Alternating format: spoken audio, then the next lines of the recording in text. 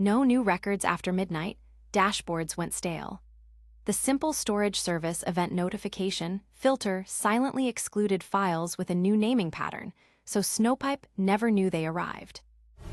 Your dashboard shows stale data, 0 new rows after midnight. The cause? A tiny filter mismatch in the simple storage service event notification. Here's exactly why. Before we unpack that incident, let's quickly cover what Snowpipe and Snowpipe Streaming are. Snowpipe automates loading data from cloud storage as soon as files arrive. Snowpipe Streaming goes further, letting you stream rows directly via REST API. In this lesson, you'll learn how to set up both, monitor them, and avoid common pitfalls. Snowpipe is a managed service that automatically loads new files from cloud storage, simple storage service, Azure, or GCS, into a Snowflake table. It uses the copy command, triggered by event notifications or REST API. As the use case label indicates, this makes it ideal for near real-time pipelines. Your application sends rows directly through the REST API with sub-second latency via Snowpipe Streaming. Instead of waiting for files, you send rows through this API, and channels ensure proper ordering. The rows land directly in a Snowflake table, making this ideal for real-time data from apps or IoT devices. First, create an external stage pointing to your cloud storage bucket, define a file format for parsing, and use credentials or a storage integration. Here's the SQL to create a stage, file format, and pipe. The pipe uses Auto-Ingest to automatically load files as they arrive. The last query calls system $pipe status to check its status. For Auto-Ingest, you configure simple storage service to send object creation events to a simple queue service queue. Snowpipe pulls that queue and loads new files into a Snowflake table. You also need a storage integration for secure access and separate queues per pipe to isolate each pipeline. This SQL creates a storage integration using an identity and access management role, then creates a stage and pipe with Auto-Ingest. Note the AWS SNS topic. This is the simple notification service topic that Snowflake subscribes to for notifications. Your application uses the Snowpipe Streaming Client Software Development Kit. Here's an example with the Python Software Development Kit. You create a simple ingest manager that handles batching, then call ingest with a list of staged files to write into a Snowflake table. This Python code initializes the ingest manager with your Snowflake credentials and pipe, then ingests a file from simple storage service.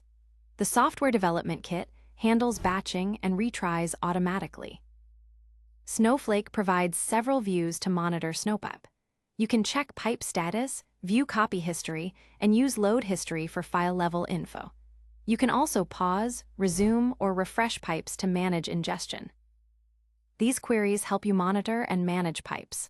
System $pipe status shows the current state. Copy history and load history use DATEADD with current timestamp to give detailed load information for the past 24 hours. You can pause, resume, or refresh pipes as needed. When you define a Snowpipe, you also define error handling via the onerror option in the copy command, continue, skip file, or abort. Use validate to test files before loading and check copy history for failures. The pipe uses onerror equals skip file to skip files that fail. The validate function lets you test a file before loading.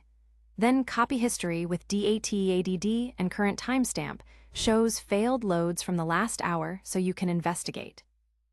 To optimize performance, start by using compressed files like gzip or snappy and keep each file between 100 to 50 MB.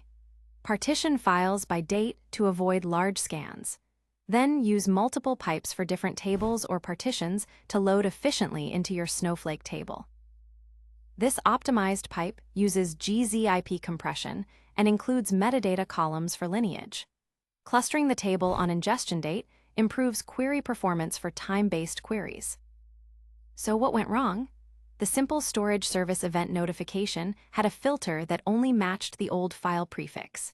When the naming pattern changed, new files were not notified to simple queue service, so Snowpipe never loaded them. The fix was to update the simple storage service event notification filter so the simple queue service queue saw the new prefix. Then, alter pipe mypipe refresh had Snowpipe replay the missed files into the target table. Pipe status returned to running, and we set alerts for idle pipes. This gotcha shows the misconfigured filter. The prefix only matched old prefix, so files with a new prefix were ignored. Always test event notifications end-to-end. Without monitoring, you won't know when a pipe stalls.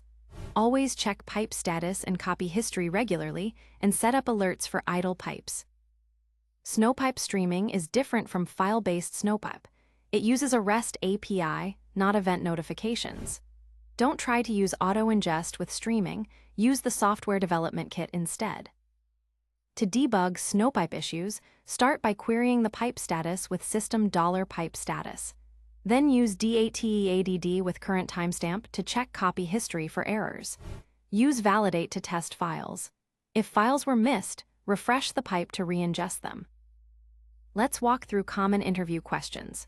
Snowpipe automates ingestion, auto-ingest uses simple queue service, and troubleshooting involves checking status and notifications. Q and A time, Snowpipe versus streaming, refreshing pipes, and schema changes. Snowpipe doesn't automatically adapt to schema changes. To summarize, Snowpipe automates file ingestion, Snowpipe streaming enables real-time row ingestion. Always monitor your pipes, configure error handling, and optimize file characteristics for best performance. Thanks for watching.